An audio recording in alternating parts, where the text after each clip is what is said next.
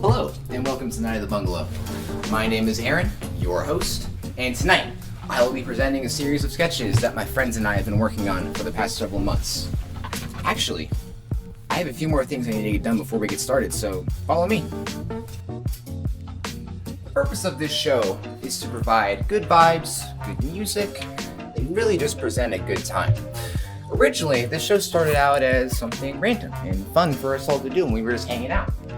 And then we began exploring ideas regarding bass drum and percussion ensembles, and then even exploring ideas regarding our own personal music tastes. And then it quickly evolved into what you're seeing right now. And in a world filled with hate, judgment, and just an overall lack of content in marching percussion, we could really use an escape. So sit back, relax, and enjoy your night at the Bungalow.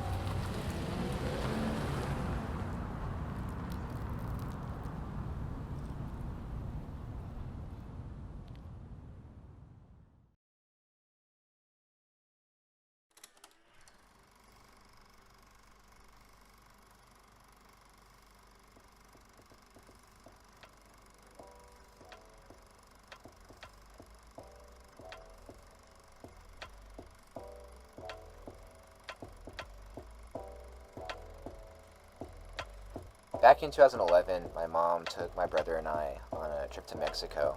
Her and I flew out from Colorado. My brother was flying out from California because he had a WGI show. He actually has a WGI show the following weekend after the trip, but we are supposed to get back on Wednesday, and the show isn't until Saturday, so it should work out.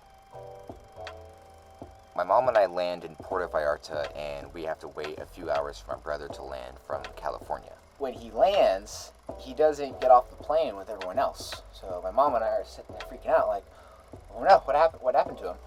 This boy gets off the plane looking all grumpy with his hood up and sunglasses on. All he says is, my passport expired. Wait, so how are you here? I don't know, they just let me in. Well, they let you in, they gotta let you out, right?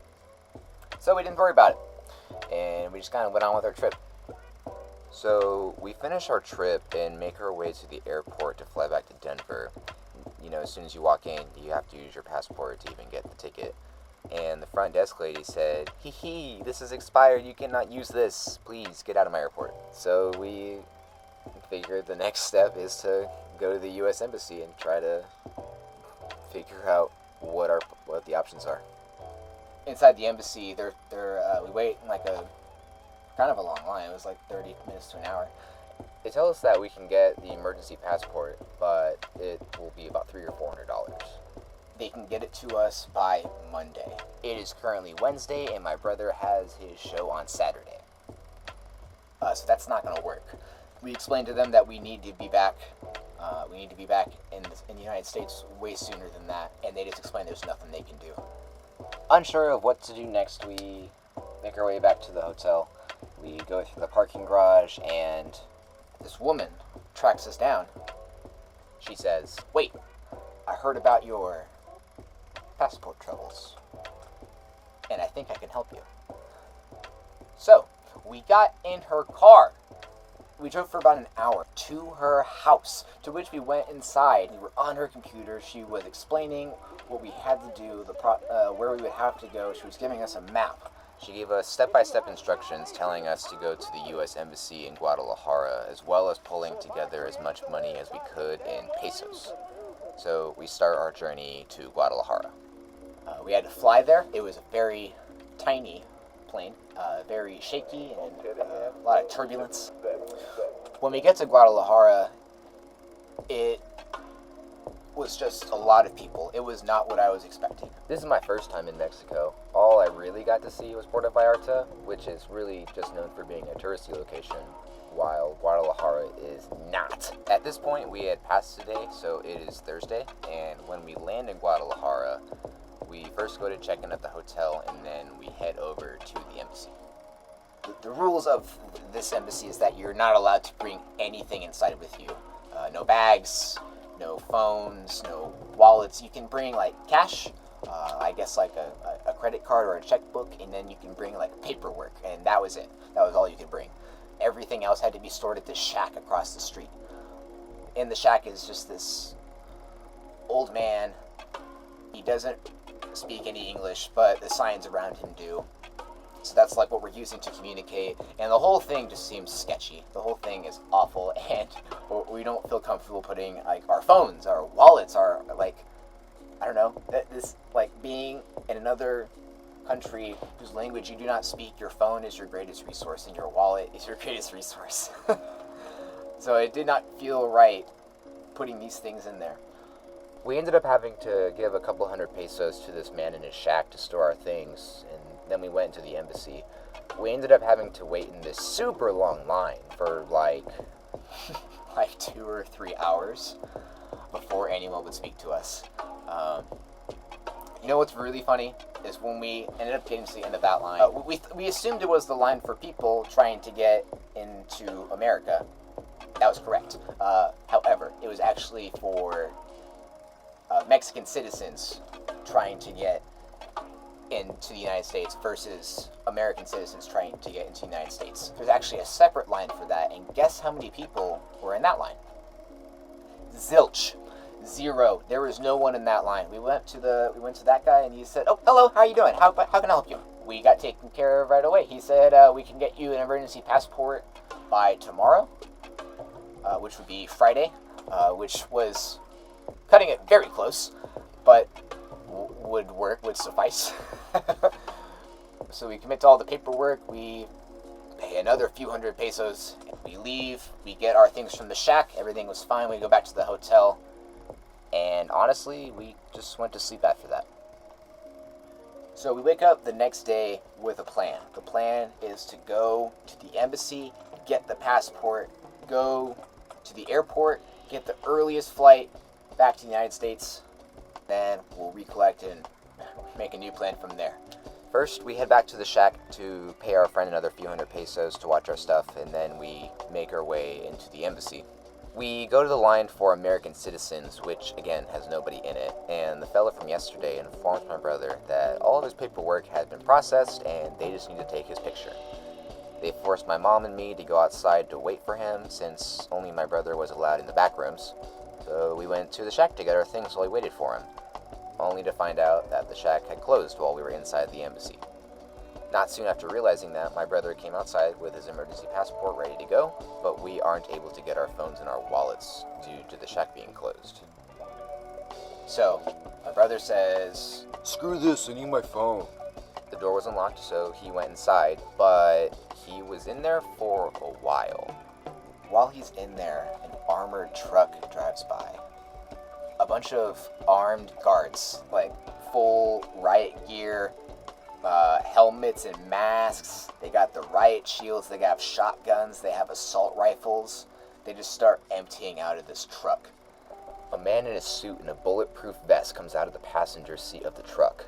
He begins yelling at my mom and me in Spanish, but we do not understand him. So we're trying to explain that my brother is inside trying to get our things. We're gonna leave right in a second as soon as he gets out. Things are starting to tense up. Things are starting to get louder.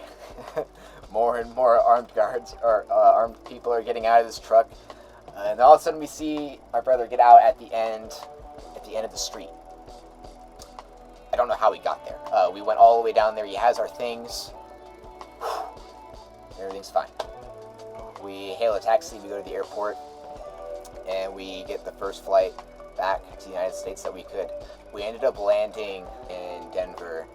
It was Saturday morning. It was around like 10 or 11. We went directly from the airport to the event center where the show was.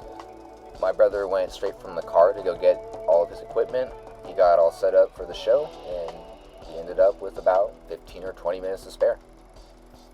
But yeah, that's the end. That's the time I got stuck in Mexico for an extra few days.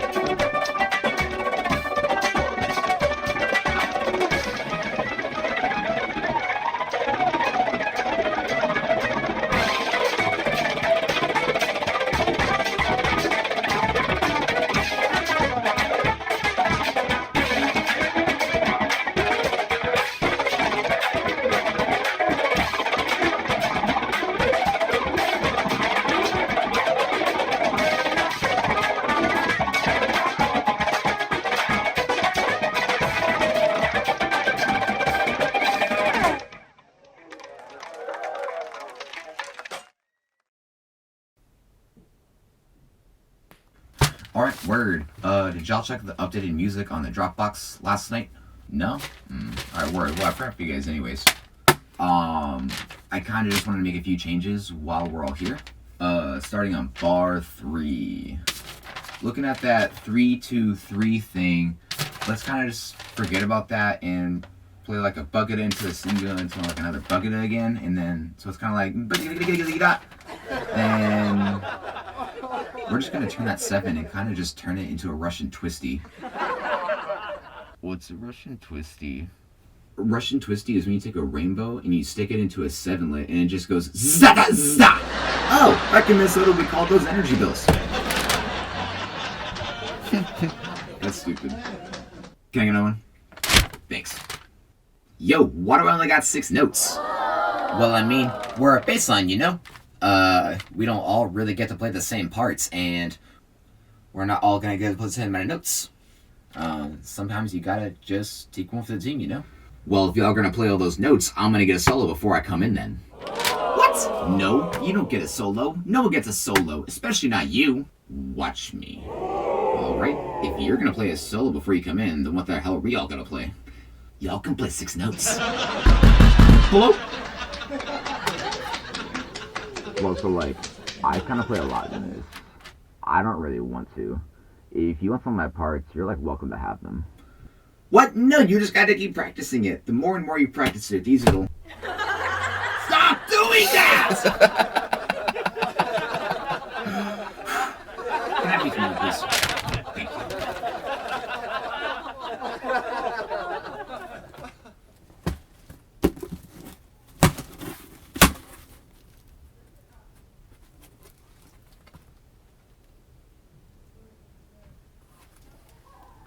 What is it? It's a moon pad. I ordered it a few years ago, and they told me it got lost in the mail. But here it is. I told you to ask you one more time. What is it? It's a pad, you play drums on it, and it makes cool sounds. But we play on drums. Well, I'm gonna go set this up and use it. Y'all are all welcome to just head out whenever. I'll see you at rehearsal.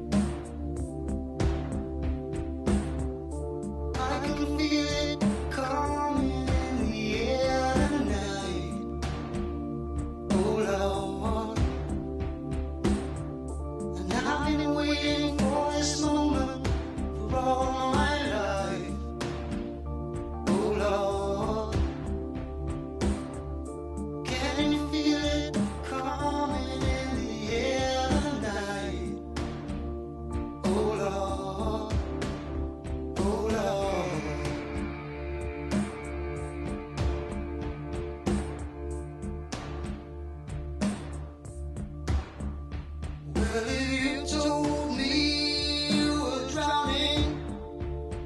I would not lend a hand.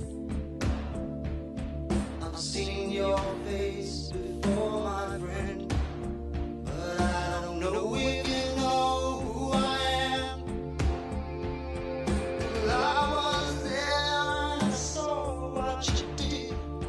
I saw it with my own two eyes. So you could wipe off that grin. I know where you've been. It's all been a pack of lies. And I can feel it coming in the air tonight. Oh Lord. Well, I've been waiting for this moment for all my life.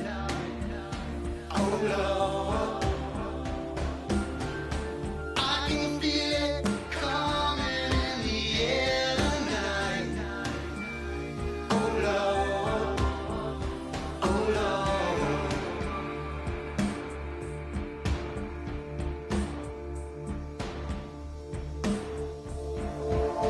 Well, I remember, don't worry.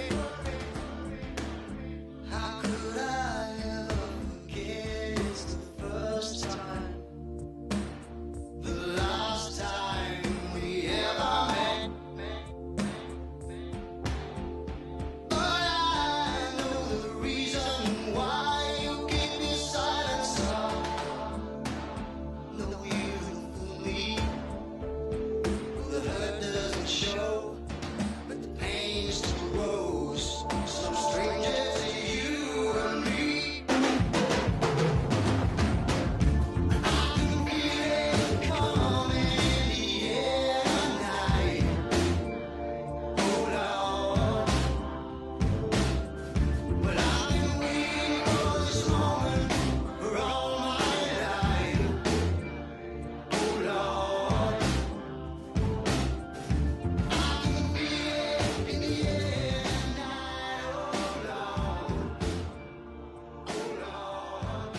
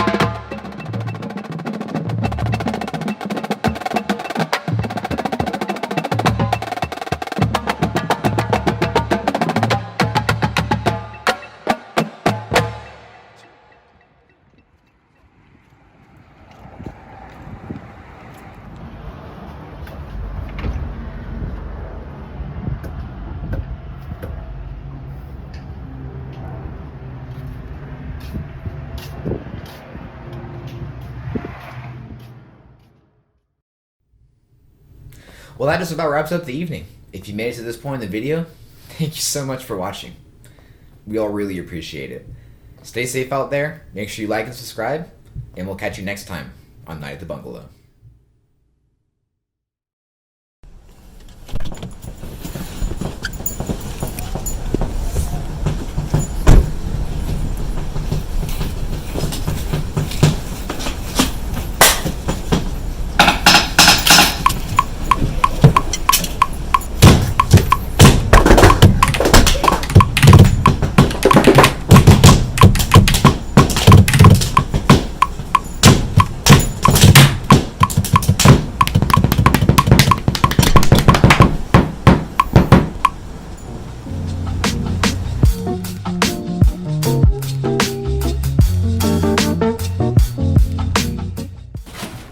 Hey, my name's Aaron, and welcome to Night at the Bungalow.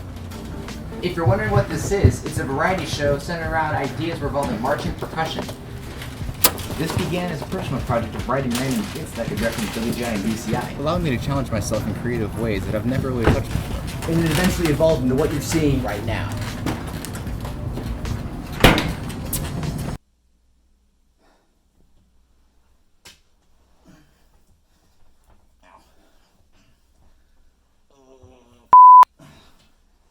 Oh, damn, this is like the fourth time I've done this.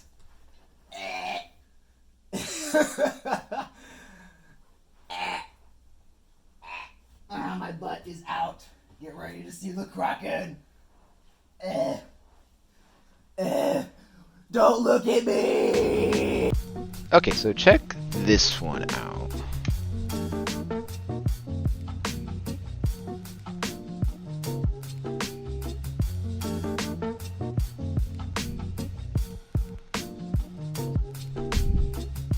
Oh, pause.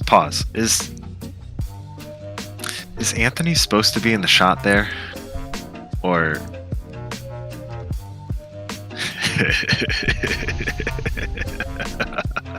Yeah, he's not supposed to be in the shot, is he? He's just sitting there.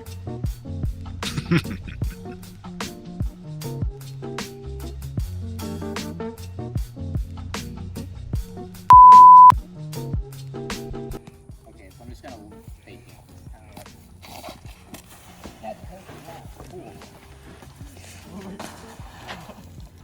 Yeah, that looks like it hurts a lot. That didn't. Hold on, let me try it again. Alright.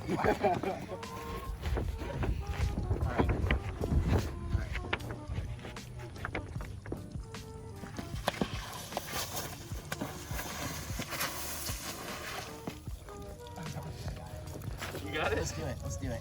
Alright, so check this one out. It's kind of what I have so far.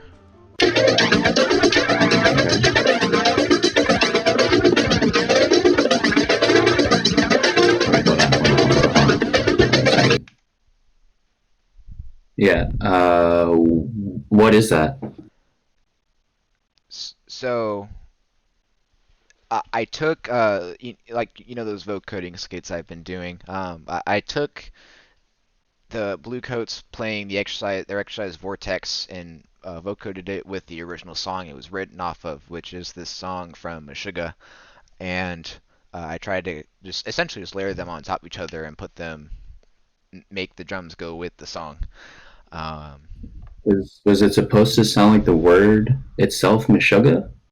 Because that's all it really sounds like right now. It's based on a song, right? Yeah. It just sounds like not a song. Like it doesn't really sound like music. Honestly, it just kind of sounds like nonsense. I don't know. Well, that's okay. I don't have to use this one.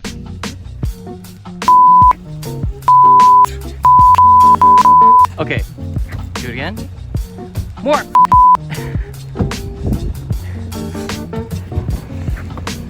More.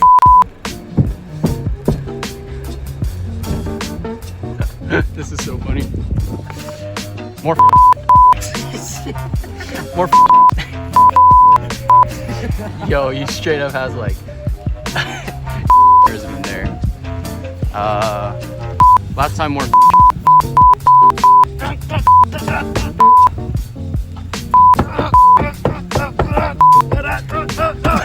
not even a part of the song. Do more. Where am I gonna go? I want to get the I'm fucking hungry! Okay, one more time. I am fucking hungry! One more time. Where's my go!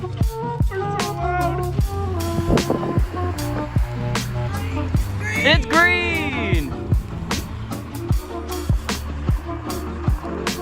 Oh my gosh, this is recording.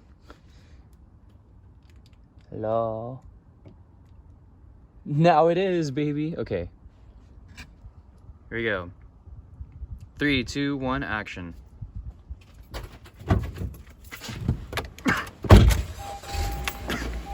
Yeah, definitely don't use the sound because I definitely sneezed, but it looks great. Alright, try this one out.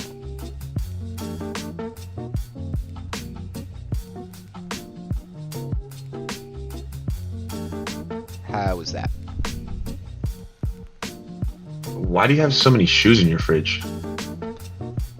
So, if you look back at the beginning of the sketch, on the schedule of the fridge, there was a little line. It's in small writing. It says like "free shoe." So this is kind of supposed to be like the subversion of expectations in that the way he looks like in the fridge. It's me trying to find Yeah. me. Yeah. Okay. How do I put this? You should try a different career path.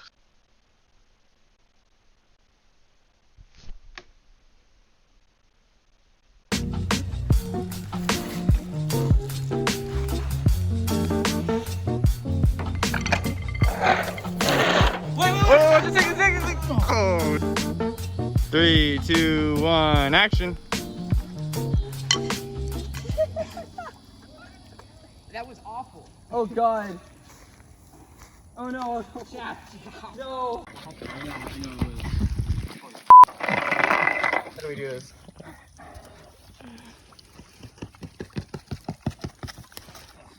I got it. Got my drink because I'm falling. It is slippery as This is so bad. Where's the bottom? Where's this going? Oh no. You need help? You need help? I need help. Oh, man. Disaster. Holy Holy y'all. This is so bad.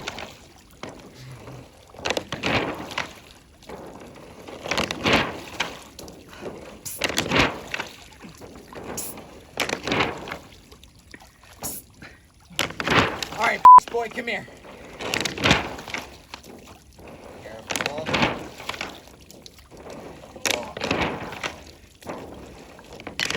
I am Poseidon, god of the ocean. Here, that's it.